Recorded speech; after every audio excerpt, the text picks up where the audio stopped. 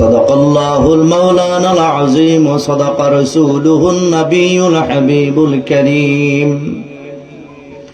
وعن علي بن أبي طالب رضي الله تعالى عنه قال: مررت مع النبي صلى الله عليه وسلم بمكة المكرمة فخرجنا في بعض نواحيها فما استقبله جبل ولا شجر إلا وهو يقول: السلام عليك يا رسول الله.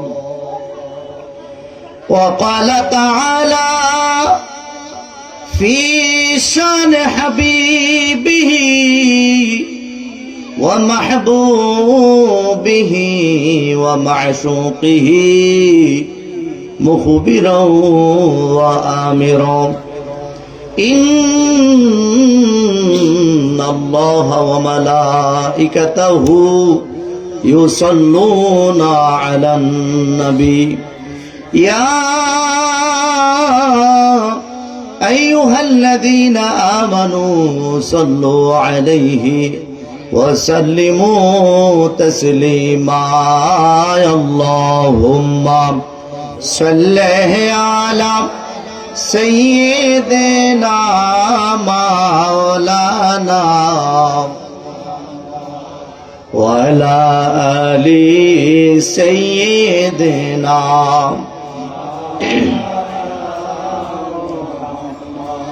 محمد मुस्तफा नूरे खुदा नामे खुदा तुम हो शाहे खैरुल आराम शान खुदा सल्ले अला तुम हो या रसूल अल्लाह. अल्लाहुम्मा सल्ले अला सय्यिदना मौलाना वाला आली सय्यिदना.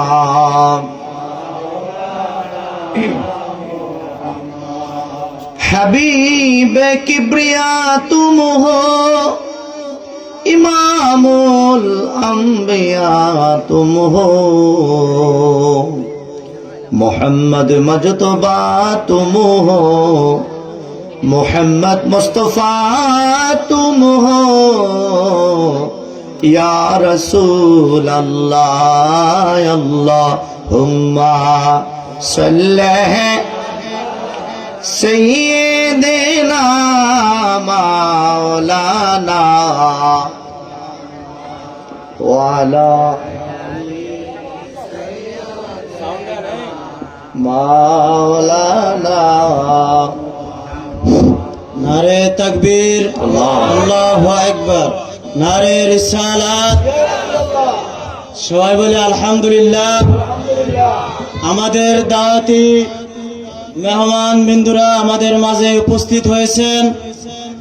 আমাদের সুপরিচিত মুখ আজকের মাহফিলের যিনি প্রধান অতিথি জনাব মোহাম্মদ রাসেল মিয়া সাহেব, তরুণ সমাজসেবক ও বিশিষ্ট ব্যবসায়ী, বারোয়ানি পাড়া চরবাসানিয়া ভাই আমাদের মাঝে উপস্থিত হয়েছেন। এর জন্য সবাই বলে আলহামদুলিল্লাহ।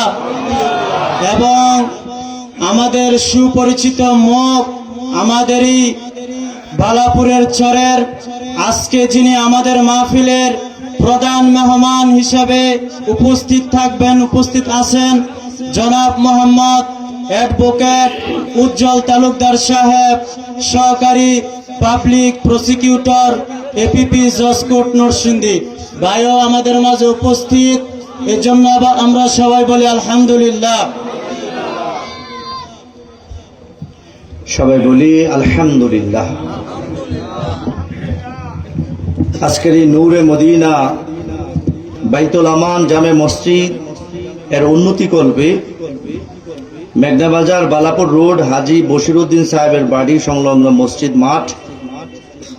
মহতি মাহফিলের সম্মানিত প্রধান বক্তা মাওলানা মাসুম বিলাল কাদরি, খাদেম ও খলিফা দরবারে চাঁদপুরি শাহ, লাকসাম, কুমিল্লা। আমাদের মধ্যে ইতিমধ্যে যিনি সভাপতি হাজী জনাব আব্দুল করিম মেম্বার, সহসভাপতি জনাব আব্দুল হাই আউলিয়া, বিশিষ্ট ব্যবসায়ী বালাপুর, প্রধান অতিথি বিশিষ্ট ব্যবসায়ী এবং দানবীর, আমার নামে যার নামের মিল আছে, জনাব রাসেল আহমেদ অর্থাৎ রাসেল মিয়া সাহেব, এবং মঞ্চ উপবিষ্ট অনেক বিশেষ মেহমান বৃন্দ, উদ্বোধক জনাব মোহাম্মদ হারুন মোল্লা সহ সবার নাম আমি নিতে পারছি না। সবার প্রতি আমি আন্তরিকতা এবং কৃতজ্ঞতা বোধ জানাচ্ছি। বিশেষ করে আমার ভাই জনাব সোলেমান কাদরি সহ অনেকে উপস্থিত রয়েছেন। সবাইকে আমি ব্যক্তিগতভাবে চিনি না, কিন্তু মুখ চিনি আর কি, নাম জানি না। তো সবার প্রতি আমার শ্রদ্ধা, ভালোবাসা। মহান আল্লাহ পাকের দরবারে শুকরিয়া আদায় করছি এই কারণে, আল্লাহ পাক আমাদেরকে একটি নূরানি, ইমানি, ইরফানি মজলিসে তথা মাহফিলে মিলাদে আসার তৌফিক দিয়েছেন। বড় করে বলি আলহামদুলিল্লাহ। লক্ষ লক্ষ কোটি কোটি দুরুদ এবং সালাম সৃষ্টির মূল, সৃষ্টির কল্যাণকারক, বিশ্ব সভার সভাপতি, যিনার সফর হয়েছে মেরাজ, গমন হয়েছে সিদরাতুল মুনতাহা, যেই নবীজির উদ্দেশ্য ছিল কোরআনের ভাষায় সুম্মা দানা ফাতাদাল্লা ফাকানা কাবা কাউসাইনি আও আদানা, এমন নিকটে আল্লাহ পাকের, এত নিকটে আল্লাহর হাবিবকে আল্লাহ নিয়েছেন, দুই ধনুকের ব্যবধানে যতটুকু ব্যবধান ছিল তার চেয়ে আরো নিকটে, তথা আল্লাহর দিদারই ছিল নবীজির কাম্য। বলেন সুবহানাল্লাহ। যে রাসূলে পাক সাল্লাল্লাহু তাআলা আলাইহি ওয়া আলিহি ওয়াসাল্লাম, উনাকে আল্লাহ পাক সৃষ্টি না করিলে এই গোটা ব্রহ্মাণ্ড, বিশ্ব ব্রহ্মাণ্ড আল্লাহ পাক সৃজন করতেন না। দয়াল নবীজির উসিলায়, দয়াল নবীজির কারণে আল্লাহ পাক গোটা পৃথিবীকে সাজিয়েছেন। বলেন সুবহানাল্লাহ। সেই নবীজির উম্মত আল্লাহ আমাদেরকে বানিয়েছেন। আমরা খুশি না বেজার? জবানটা খুলে বলি আলহামদুলিল্লাহ। সম্মানিত উপস্থিতি, আমি পবিত্র কোরআনুল কারীমের সূরা সূরার ছোট্ট একটি আয়াতে কারিমে আমি তেলাওয়াত করেছি। এই আয়াতের উপর আমি কথা বলতে চেষ্টা করব, যদি মহান মুনিব আমাকে তৌফিক প্রদান করেন। মদিনাওয়ালার পাওয়ার হাউস থেকে যদি গোলামের জন্য বাজেট হয়, আমার মহান মুর্শিদ কেবলার নজর করমে কথা বলতে চেষ্টা করব। মাওলাই পাক আমাকে বুঝাইবার, আপনাদেরকে বুঝবার, আমল করার তৌফিক আল্লাহ যেন দান করেন। বলেন আমিন। সর্বপ্রথমে আমরা দুরুদ ও সালাম পড়েছি। এই দুরুদ ও সালাম পড়ার হুকুম দিয়েছেন আল্লাহ।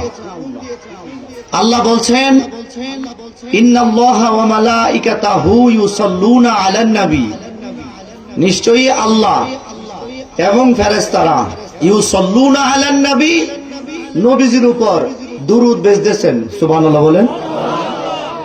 আমার প্রশ্ন, দুরুদ শব্দটা কি?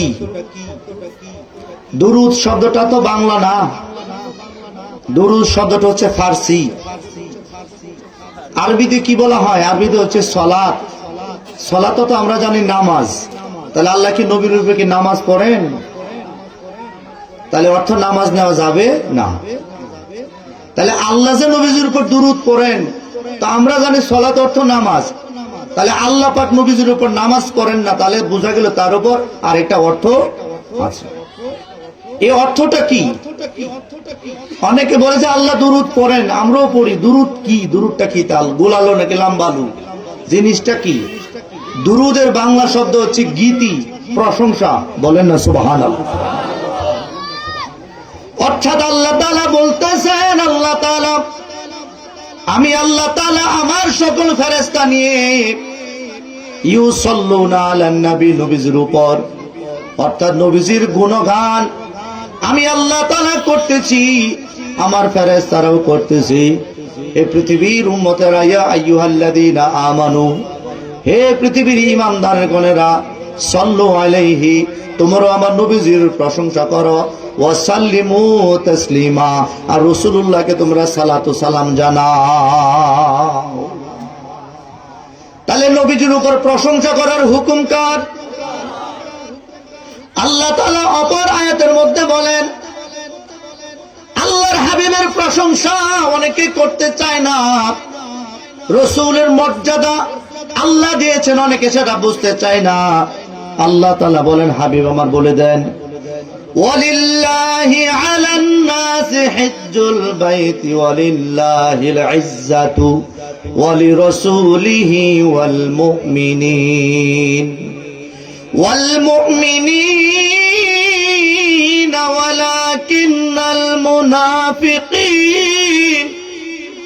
ওয়ালাকিন্নাল মুনাফিকিনা লা ইয়ালামুন। আল্লাহ বলেন, ওয়ালিল্লাহিল ইজ্জাতু ওয়ালিরাসূলিহি, সম্মান আল্লাহর জন্য, সম্মান আল্লাহ রাসূলের জন্য, ওয়াল মুমিনিন, সম্মান মুমিনের জন্য, আল্লাহর ওলিদের জন্য, ওয়ালাকিন্নাল মুনাফিকিনা লা ইয়ালামুন, মুনাফিক যারা তারা আল্লাহ তাআলার সম্মান বুঝে না, নবীজির সম্মান বুঝে না, আউলিয়া কেরামের সম্মান মুনাফিকেরা বুঝে না। ঘোষণা করেছেন আমার আল্লাহ, কথা কোন ঠিক কিনা? এই কারণে জামিউত তিরমিজির মধ্যে আমার নবীজি বলছেন, ইন্না আউলান নাসি ফি ইয়াউমিল কিয়ামা আকসারুহুম আলাইয়া সালাতান।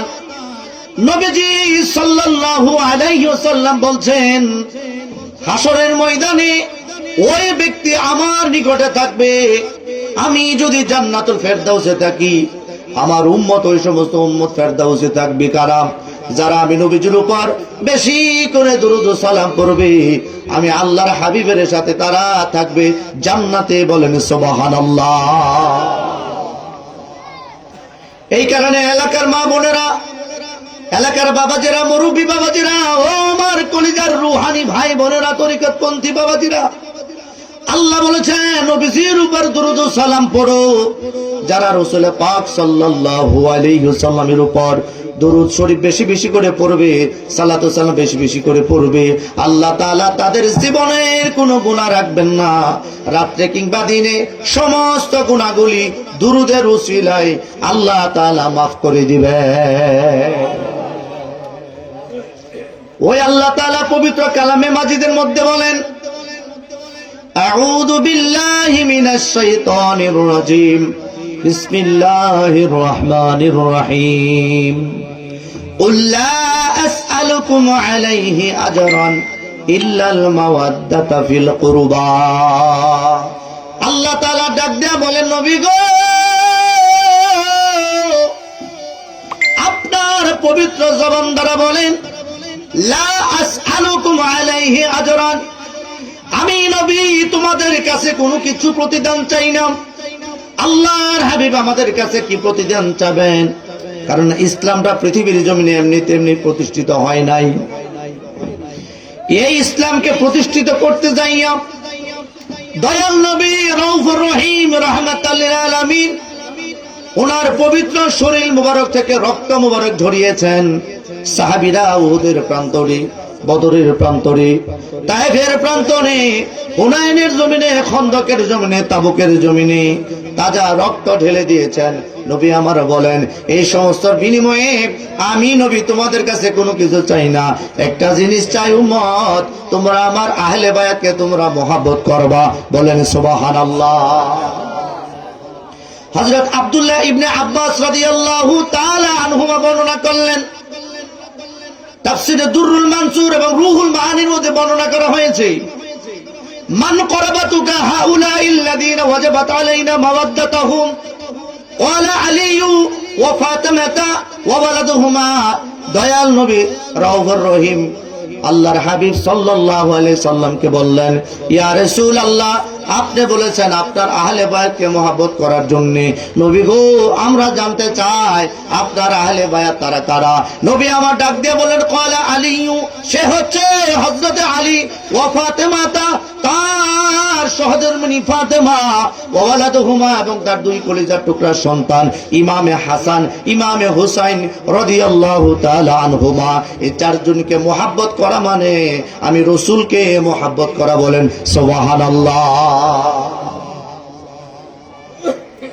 এই এলাকার বাবাজিরা গভীর মনোযোগ, কারণ কোরআনুল কারীমের মধ্যে আহলে বায়াতের কথা হয়েছে, অথচ আমরা অনেকে আহলে বায়াতের মুহাব্বত মানুষদেরকে বুঝাতে চাই না। আহলে বায়াত সম্পর্কে নবী আমার বললেন, মাসালু ইন্না মাসালা আহলে বাইতি ফিকুম কামাসালি সাফিনাতিন নূহিন মান রাকিবাহা নাজা ওয়া মান তাখাল্লাফা আনহা হালাকা। নবীজি সাল্লাল্লাহু আলাইহি সাল্লাম বললেন, আমার আহলে বায়াত তোমাদের কাছে নূহ আলাইহিস সালামের নৌকার কিস্তির মতো।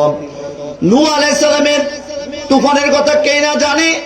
ওই তুফানে নূহ আলাইহিস সালামকে মুহাব্বত করেনি ছাড়া সমস্ত মানুষগুলি পানিতে ডুবে তারা মারা গিয়েছিল। সেদিন তারা কেউ বাঁচতে পারে নাই। যারা নূহ আলাইহিস সালামের কিস্তির মধ্যে আরোহণ করেছিল তারা বেঁচে গিয়েছে। আজকে শেষ জামানায় আমাদের উপর টর্নেডো হয় না, আমাদের উপর প্রাকৃতিক দুর্যোগ যদিও হয়, এগুলি কথা বলা হয় নাই। ইমানের উপর আখিরি জামানার মধ্যে ইমানের উপর টর্নেডো শুরু হবে, মহাপ্লাবন শুরু হবে। ওই সময়, আজকের এই সময়ে যদি আমরা আহলে বায়াতের মুহাব্বতকে দামানকে ধরে রাখি, এদের আদর্শ যদি আমরা গ্রহণ করি, হযরতে মাওলা আলী আলাইহিস সালাম, হযরতে ফাতেমা এবং তার দুই সন্তান ইমামে হাসান ইমামে হুসাইন, যারা সাইয়্যিদা শাবাবি আহলিল জান্নাহ, জান্নাতের সর্দার যারা, তাদেরকে যদি আমরা মুহাব্বত করি, তাহলে আমরা ঈমান ধ্বংস হবে না, আমাদের ঈমান নিয়ে আমরা কবরে যেতে পারবো। বলেন সুবহানাল্লাহ। এদের মুহাব্বত, এদের ভালোবাসা ফরজ। এখানে মঞ্চ উপবিষ্ট কারাম যারা রয়েছেন, আহলে বায়াতকে ভালোবাসা ফরজ। নামাজ যেমন ফরজ, আহলে বায়াতকে ভালোবাসাও ফরজ। কিন্তু আমরা অনেকেই যারা ইয়াং জেনারেশন আছে, তারা আহলে বায়াত জিনিসটাকে এরা বুঝেই না, কারণ আমরা বয়ান করি না, বুঝবো কেমনি? অথচ কোরআনে এদের ব্যাপারে প্রায় 300-এর উপর আয়াত নাযিল হয়েছে। সুবহানাল্লাহ বলেন। হাদিস শরীফে হাজার হাজার হাদিসে মুবারাকের মধ্যে নবীজি সাল্লাল্লাহু আলাইহি সাল্লাম আহলে বায়াতের কথা বলেছেন। সম্মানিত উপস্থিতি, আল্লাহর হাবিবের প্রধান খলিফা 4 জন, হযরতে আবু বকর সিদ্দিক, হযরতে ফারুক আজম ওমর ফারুক রাদিয়াল্লাহু তাআলা আনহু, হযরতে ওসমান গনি যুন্নুর রাদিয়াল্লাহু তাআলা আনহু, আর হযরতে মাওলা আলী আলাইহিস সালাম। এই 4 জন হচ্ছে প্রধান সাহাবী। আর পৃথিবীর জমিনে 4 জন মহিলাকে আল্লাহ তাআলা নির্ধারণ করেছেন, নির্ধারিত করেছেন।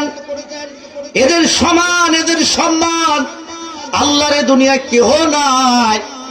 একজন হচ্ছেন হযরতে আসিয়া, হযরতে আসিয়া বিনতে মুজাহিম, ফেরাউনের স্ত্রী হযরতে আসিয়া, হযরতে খাদিজা বিনতে খুয়াইলাদ, ঈসা আলাইহিস সালামের আম্মা জান হযরতে মারিয়াম, এবং জগতের মা সাইয়্যিদাতুন নিসা খাতুনে জান্নাত মা ফাতেমাতু জহরা রাদিয়াল্লাহু তাআলা আনহা।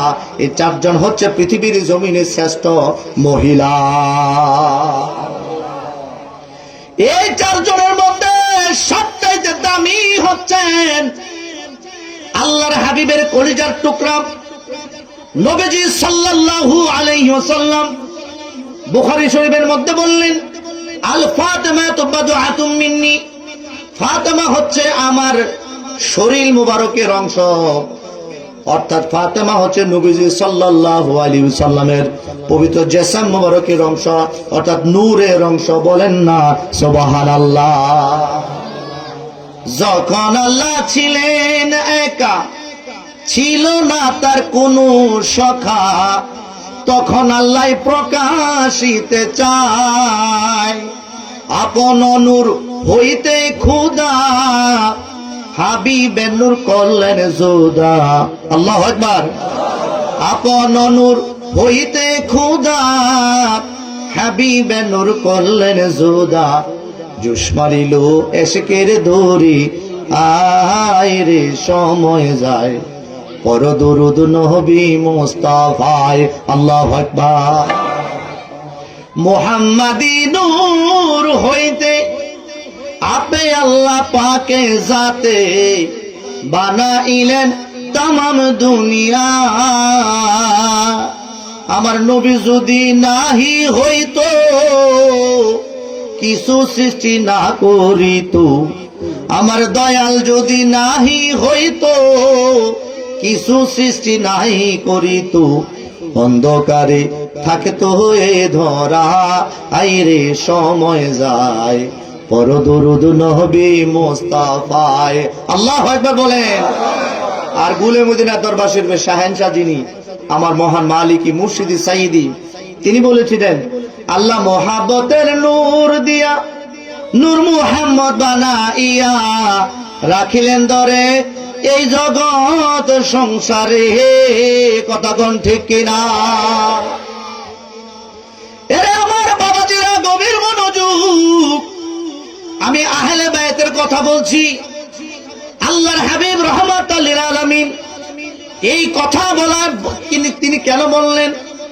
আল্লাহর হাবিবের একজন সাহাবী হযরতে হুযায়ফা রাদিয়াল্লাহু তাআলা আনহু, মতান্তরে অন্য একজন সাহাবী নবীজির পিছনে পিছনে আসতেন গভীর রাত্রিতে। নবীজি সাল্লাল্লাহু আলাইহি ওয়াসাল্লাম বললেন, হে সাহাবী, আল্লাহ তাআলা তোমাকে মাফ করে দিয়েছেন, তোমার মা বাবাকে মাফ করে দিয়েছেন। আর তুমি জেনে রাখো, হযরত ফাতেমা জাহরা রাদিয়াল্লাহু তাআলা আনহা, তিনি জান্নাতের মহিলাদের মধ্যে সর্দারনি হবেন, আমার মা হযরতে ফাতেমা। নবী আমার ডাক দিয়ে বললেন, ফাতেমা, তুমি কি তাতে সন্তুষ্ট নও? আল্লাহ তোমাকে জান্নাতের সর্দারনি করেছেন। এই কথা তিনি কেন বলেছিলেন? কিতাবের মধ্যে আসছে, সাফিরে নূহ কিতাবের মধ্যে, খাসায়েসুল কবরের কিতাবের মধ্যে আসছে, আল্লাহর হাবিবের কন্যা মা ফাতেমা জাহরা এশার নামাজের পরে একদিন তিনি নামাজের মিসারের মধ্যে বসে বসে তিনি কাঁদেন। এই মুহূর্তে আল্লাহর হাবিব মা ফাতেমার বাড়িতে আসলেন।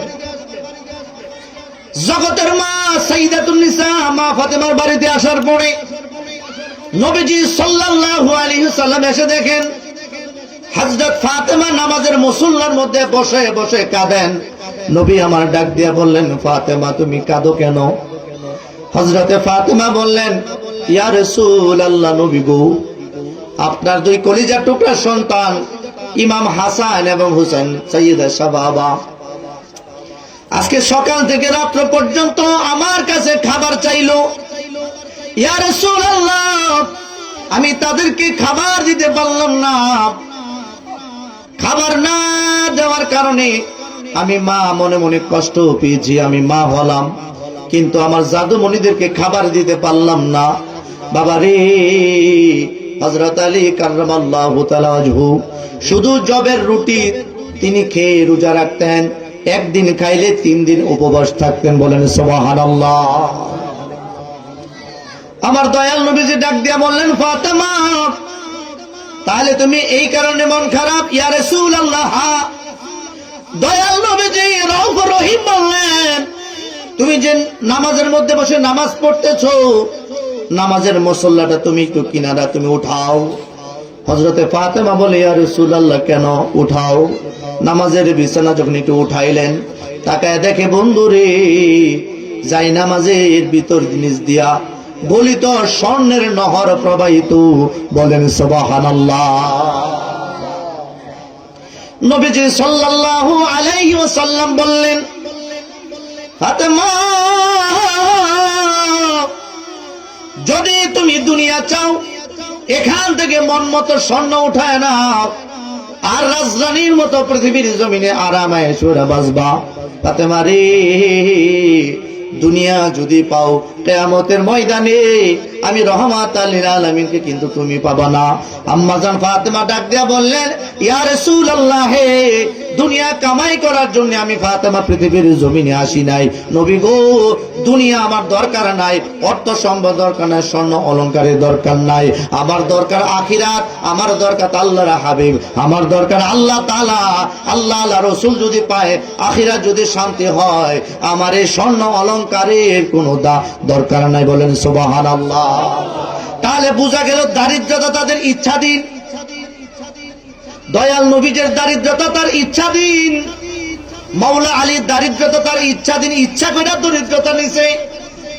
অথচ আমরা বক্তা মৌলবী স্টেজের মধ্যে উঠে বলি দয়াল নবীজির কোনো টাকা পয়সা ছিল না, হযরত আলীর কোনো টাকা পয়সা ছিল না, গরিব ছিলেন। আমরা সবাই বলি নাউজুবিল্লাহ। টাকা পয়সা ছিল না, না তারা নাকি নেয় নাই, তারা দুনিয়ার পাগল না, তারা আখিরাতের পাগল বলে তারা দুনিয়ার পাহাড় তারা অর্জন করে নাই। কথা কোন ঠিক কিনা? অথচ ইন্টারন্যাশনাল স্কলার বলতেছে রাসূল পাক সাল্লাল্লাহু আলাইহি ওয়াসাল্লাম কোনো টাকা পয়সা ছিল না। আরে ব্যাককলের গোষ্ঠী, টাকা পয়সা ছিল না নাকি নেয় নাই? আল্লাহর হাবিবের কদম মুবারকের নিচে জিবরাইল এসে বলতেছে, ইয়া রাসূলুল্লাহ, আপনি যদি চান আল্লাহ তাআলা উহুদ পাহাড়কে আপনার জন্য স্বর্ণ বানাই দিব। সুবহানাল্লাহ। রাসূল পাক সাল্লাল্লাহু আলাইহি ওয়াসাল্লাম বলেন, না আমার দরকার নাই। উহুদ পাহাড় যদি স্বর্ণ হয়, তার মতো এত দামি, এত বড় লোক, এত ধনী পৃথিবীতে কি দ্বিতীয়টা পাওয়া যাবে? তাহলে রাসূলুল্লাহ কি গরিব ছিলেন নাকি না ইচ্ছা করে গরিবী হালত নিয়েছেন? কারণ এই মেঘনা বাজার, ভঙ্গারচর, এই এলাকার মধ্যে বালাপুর সহ আমাদের মাধবদী, নরসিংদী সহ এমন অনেক গরিব থাকবে যারা দিনে আনবে দিনে খাবে। কথা বলেন ঠিক কিনা? এদেরকে শিক্ষা দেওয়ার জন্য আল্লাহর হাবিব, তাদের মডেল হওয়ার জন্য আল্লাহর হাবিব ইচ্ছা করে তিনি দারিদ্রতা গ্রহণ করেছেন। বলেন আলহামদুলিল্লাহ। সুতরাং আন্তাজি ফতোয়া দিলে চলবে না বাজার। মা ফাতেমা বললেন, ইয়া রাসূলুল্লাহ, আমার অর্থ সম্পদের দরকার নাই নবী গো। ইয়া হাবিবাল্লাহ, আমার এগুলি দরকার নাই। তখন আমার নবীজি সাল্লাল্লাহু আলাইহি ওয়াসাল্লাম বললেন, ফাতেমা রে, ও ফাতেমা, তুমি কি সন্তুষ্ট নও? আল্লাহ তাআলা সাইয়্যিদাতুন নিসা অর্থাৎ জান্নাতি মহিলাদের সর্দারনি তোমাকে বানিয়েছেন। ও ফাতেমা, তুমি কি তাতে সন্তুষ্ট নও? আর কেননা তুমি পৃথিবীর জমিনে সবচাইতে দামি মহিলা। বলেন সুবহানাল্লাহ। ফাতেমা বলতেন, ইয়া রাসূলুল্লাহ, তাহলে আসিয়া কেমন? তিনিও তো শ্রেষ্ঠ। নবীজি সাল্লাল্লাহু আলাইহি ওয়াসাল্লাম বললেন, আসিয়া তার জামানায় তিনি শ্রেষ্ঠ, মরিয়ম তার জামানায় তিনি শ্রেষ্ঠ, হযরতে খাদিজা বিনতে খুয়াইলিদ তার জামানায় তিনি শ্রেষ্ঠ। আর পৃথিবীর শুরু থেকে শেষ পর্যন্ত যত মহিলা আসবে সমস্ত মহিলাদের চিরতাজ, সমস্ত মহিলাদের মধ্যে উত্তম হচ্ছে হযরত ফাতেমা। বড় করে বলেন সুবহানাল্লাহ। ওই আম্মা জান ফাতেমা তো জোহরা আলাইহিস সালাম, যিনি জান্নাতের সর্দারনি, তার জীবনের মধ্যে আসছে ওনার বিবাহের দেন মোহর পর্যন্ত দয়াল নবী রাউফুর রহিম রাহমাতুল লিল আলামিনের উম্মতের নাজাতের তিনি ব্যবস্থা করেছিলেন। অর্থাৎ মা ফাতেমার যখন বিয়ে হয় 460 দিরহাম, ইখতিলাফ রয়েছে, কম বেশি হতে পারে। 460 দিরহামের মাধ্যমে যখন বিয়ে হয়, মা ফাতেমা জাহরা আলাইহিস সালাম বললেন, আমি এতে মানি না, আমি এতে সন্তুষ্ট না। নবী আমার ডাক দিয়া বললেন, ফাতেমা রে, তোমার জন্য আলীকে আমার আল্লাহ তাআলা স্বামী হিসেবে নির্বাচন করেছেন। আল্লাহর এই পছন্দের জিনিস তুমি যদি গ্রহণ না করো, ও ফাতেমা, আমি নবী নিজেই তো লজ্জিত হই। তখন জগতের মা ফাতেমা বললেন, ইয়া রাসূলুল্লাহ, আপনার আল্লাহ তাআলা কি জানেন না গো নবীজি? আমি কি চাই? আমি 460 দিরহাম চাবো নাকি অন্য কিছু চাবো? আমার আল্লাহ, আপনার আল্লাহ জানে। তখন আমার নবীজি সাল্লাল্লাহু আলাইহি ওয়াসাল্লামের কাছে হযরত জিবরাইল আমিন এসে বললেন, ইয়া রাসূলুল্লাহ, ফাতেমার মনের আরজি আল্লাহ জানতে চেয়েছেন। যদিও আল্লাহ ওয়া ইন তুবদু মা ফি আনফুসিকুম আও তুখফুহু ইউহাসিবুকুম বিহিল্লাহ, আল্লাহ তাআলা বলেন, তোমার অন্তরে কি আছে, গোপনে কি আছে, এটা আমি আল্লাহ তাআলা অবশ্যই জানি। যা প্রকাশ করো তা জানি, যা গোপন করো তাও জানি। কথা কোন ঠিক কিনা? জিবরাইল আমিন এসে বলে, ইয়া রাসূলুল্লাহ, আল্লাহ তাআলা জানতে চেয়েছেন ফাতেমা কি চায়। তখন ফাতেমা জাহরা রাদিয়াল্লাহু তাআলা আনহা বললেন, ইয়া রাসূলুল্লাহ, হাসরের ময়দানে যখন এদিক সেদিক মানুষ ছোটাছুটি করবে, কেউ কারো আপন হবে না, কেউ কারো খবর নিবে না। ইয়া রাসূলুল্লাহ, ওই কঠিন মুসিবতের সময় নবী গো, আপনার উম্মত যখন এদিক সেদিক দৌড়াদৌড়ি করবে গো নবীজি, তখন আমি ফাতেমা আমার বিবাহের দেনমোহর হিসাবে আমি উম্মতের শাফাত কামনা করি। যারা আমাকে ভালোবাসবে, আল্লাহর হাবিবকে ভালোবাসবে, আহলে বায়াতকে যারা ভালোবাসবে নবী গো, এদেরকে যেন আমি ফাতেমা শাফায়াত কইরা কইরা আমার সাথে যেন জান্নাতে নিতে পারি, এই তৌফিক যেন আল্লাহ আমি ফাতেমারে দান করে। বড় করে বলেন সুবহানাল্লাহ। তখন হযরতে জিবরাইল বলে, ইয়া রাসূলুল্লাহ, ফাতেমা যেহেতু এ চাচ্ছে, আমি আল্লাহ তাআলার কাছে তার খবর বলে দিচ্ছি। মহান রব্বে কারীমের কাছে ফাতেমার মনের আরজি হযরতে জিবরাইল আমিন বললেন। আল্লাহ তাআলা বললেন, জিবরাইল রে, আমার দয়াল নবীজিকে জানিয়ে দাও আমি আল্লাহ কবুল করলাম। ফাতেমা বলে, মুখের কথাই চলবে না, কাগজ কলমের মধ্যে লিপিবদ্ধ করা লাগবে। এই কাগজ নিয়ে আমি হাসরের ময়দানে আল্লাহ তাআলার আদালতের মধ্যে আপনার উম্মতের পক্ষ হইয়া নাজাতের জন্য আমি দরখাস্ত করব। বলেন সুবহানাল্লাহ। এক নাম তোমার ফাতেমা, এক নাম তোমার ফাতেমা, আরেক নাম বতুল, মাগো আওলাদে রাসূল, সবাই আওলাদেরা, বলেন আওলাদে রাসূল সবাই। এক নাম তোমার ফাতেমা, এক নাম তোমার, আরেক নাম বতুল, মাগো আওলাদে রাসূল, তোমরা আওলাদে রাসূল মাগো। ইমাম হাসান হোসেন জান্নাতের সরদার, নবীজি থেকে নিয়ে পেলাইবেন হাউজে কাউসার। বলেন তাদের প্রেমে আল্লাহ তাআলা করো হে কবুল। বলেন আল্লাহ তাআলা তাদের প্রেমে আল্লাহ তাআলা করো হে কবুল, মাগো আওলাদে রাসূল, তোমরা আওলাদে রাসূল মাগো। আমার বন্ধুরা গভীর মনোযোগ। মা ফাতেমা গোপনে গোপনে অনেক দান সদকা করতেন, যেমন বুখারীর মধ্যে আসছে, ওয়ান আবি হুরায়রা রাদিয়াল্লাহু তাআলা আনহু قال সাবআতুন ইউযিল্লুহুমুল্লাহু ফি যিল্লিহি ইয়াওমা লা যিল্লা ইল্লা যিল্লাহু, ইমামুন আদিলুন وشاب نشأ في عبادة الله ورجل قلبه معلق بالمسجد إذا خرج حتى يعود إليه وتفرق عليه। বড় করে বলেন সুবহানাল্লাহ। এ মেঘনা বাজার বালাপুর এলাকার বাবাজি রাগো, দয়াল নবী রউফ রহিম বললেন, হাসরের ময়দানে 7 শ্রেণীর মানুষ আল্লাহ তাআলার আরশের ছায়ার নিচে তারা জায়গা পাবে।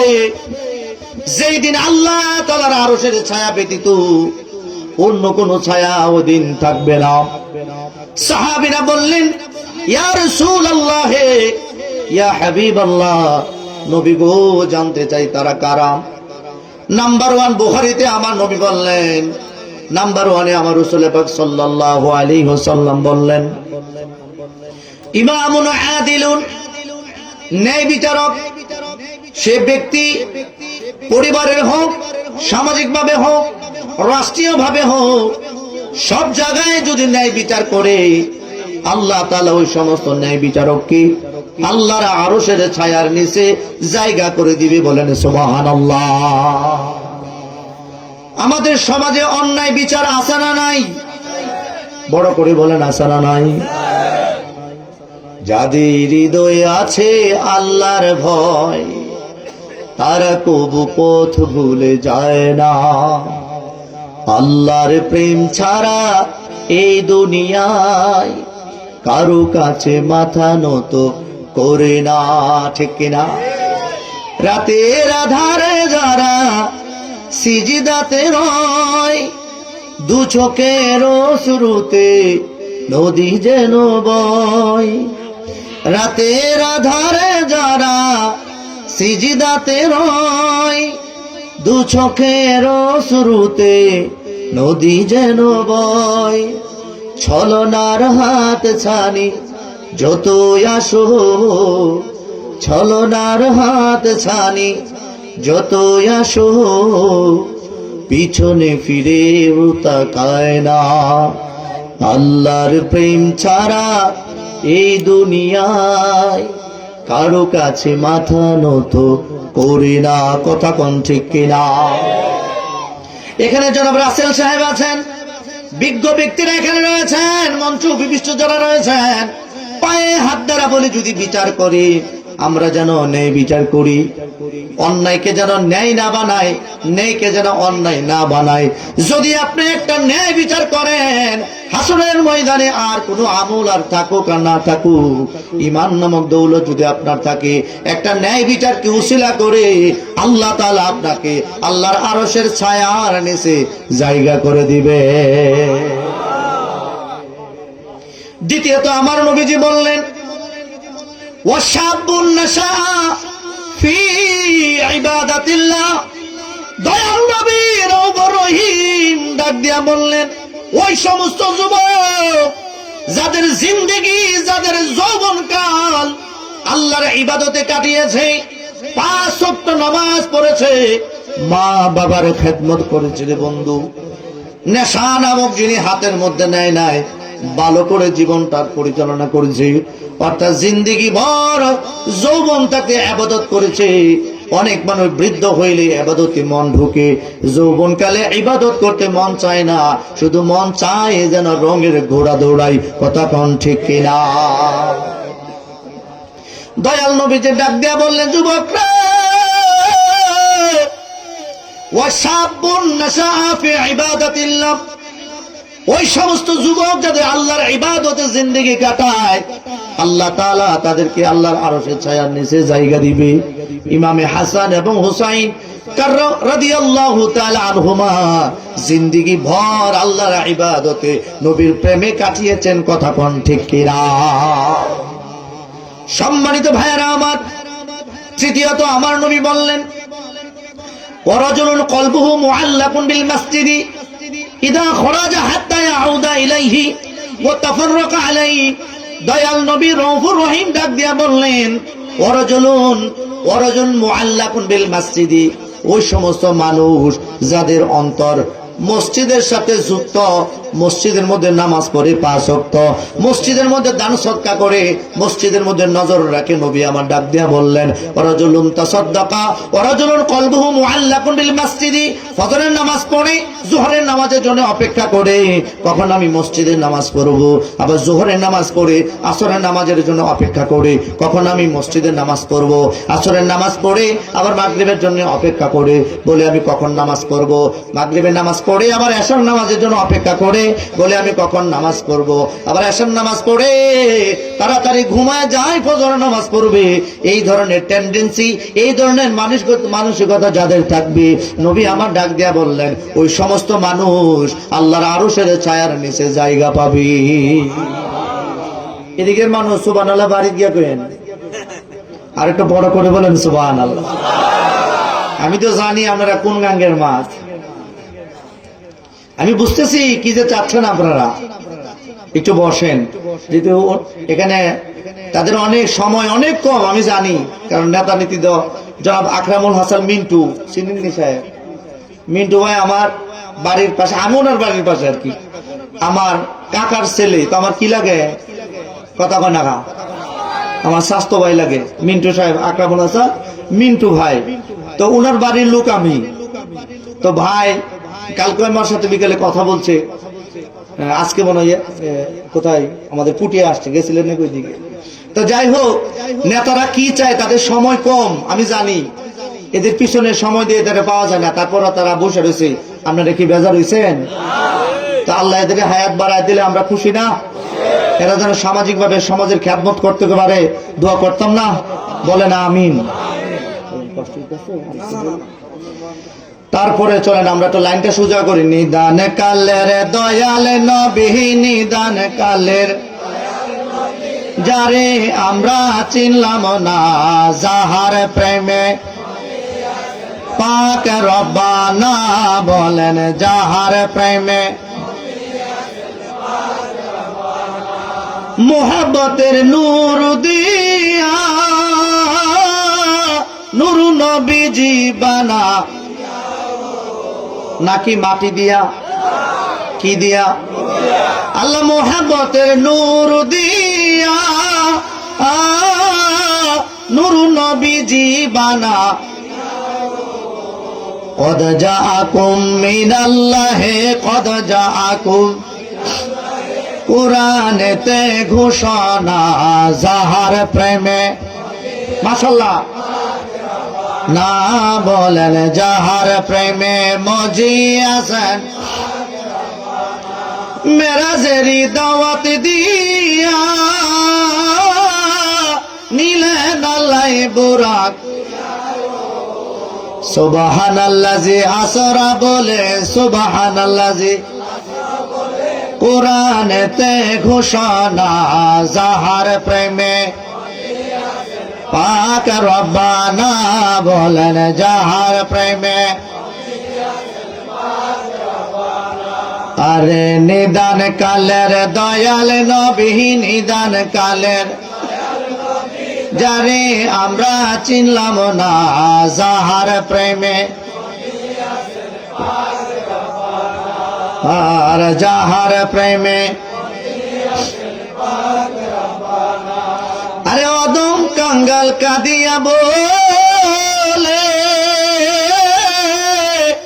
ও গো আমার মৌত নিদানের কালে,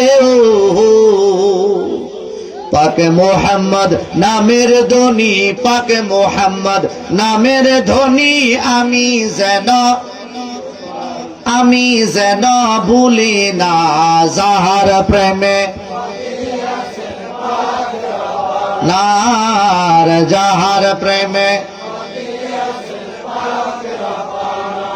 আমার মহান মুর্শিদ কেবলা বলছেন, আরে অদম বাসার কাঁদিয়া বলি,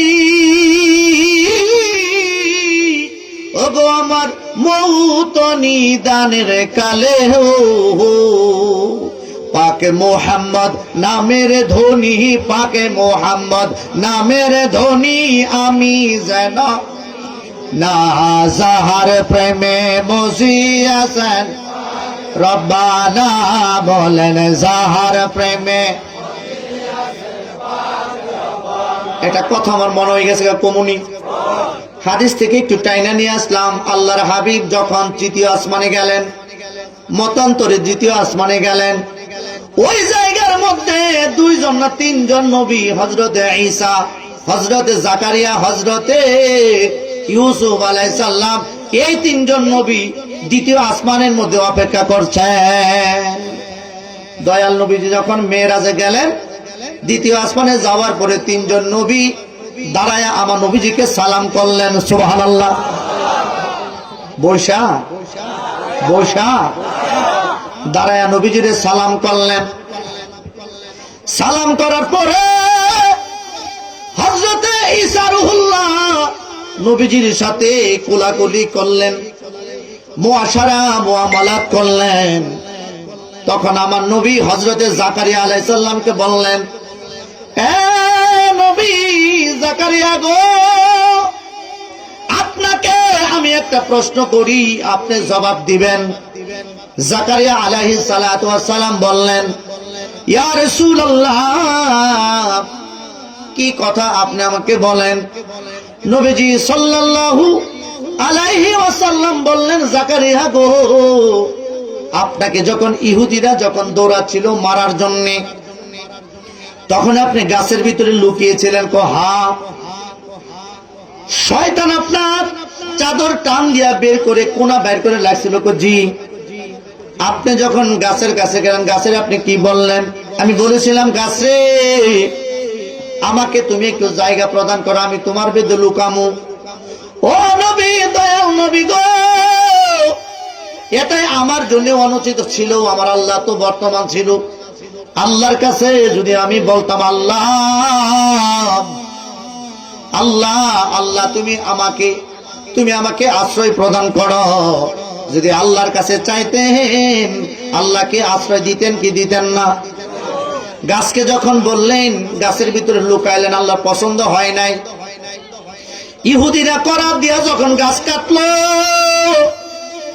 এইভাবে দুই খণ্ড করলো, যখন মাথার মধ্যে যখন করাত লাগছে, জাকারিয়া আলাইহিস সালাম যখন চিৎকার দিবেন, আল্লাহ তাআলা ডাক দিয়া কয়, জাকারিয়া রে, আরেকবার যদি তুমি চিৎকার মারো রে, আমার নবুয়তের দপ্তর থেকে তোমার নাম কাটা যাবে, তোমার দপ্তর থেকে নাম কাটা যাবে।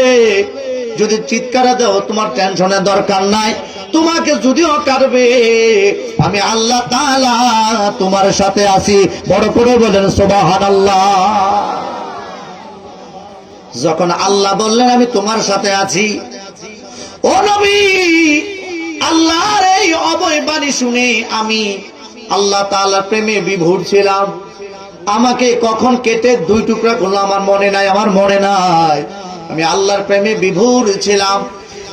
আল্লাহ তাআলা জাকারিয়াকে সান্ত্বনা দেওয়ার কারণে কাটার পরেও যদি খবর না হয় রে, মানুষের মৃত্যুর সময় আল্লাহর হাবিব যদি দয়াল নবী রাউফুর রহিম যদি আমাদের সামনে হাজির নাজির থাকে, আজরাইল যদি আমাদের জান কবজ করবে রে, আমরা টের পাইব না, কারণ দয়াল নবী আমাদের সাথে থাকবে। বড় করে বলেন সুবহানাল্লাহ। জি জি, তাহলে বাকি কথা একটু পরে কইতেছি। মেহমান বিন্দু আসি, একটু কথা বলবে, আপনারা কিছু মনে করেন না, একটু বসেন চুপ করে। আসসালামু আলাইকুম ওয়া রাহমাতুল্লাহ। সবাই কেমন আছেন? তো হুজুর আমি কিছু সময় নেই, আবার বেয়াদবি মনে করেন না না, ঠিক আছে। তো আশা করি আপনারা সবাই অবগত আছেন, আমরা যেই মাহফিলটা সাজাইছি, মাহফিলের খরচ দিয়েছে এই সমাজবাসীরই। তবে আমি ছোট্ট মানুষ হিসেবে একটা আবেদন থাকবে, আপনি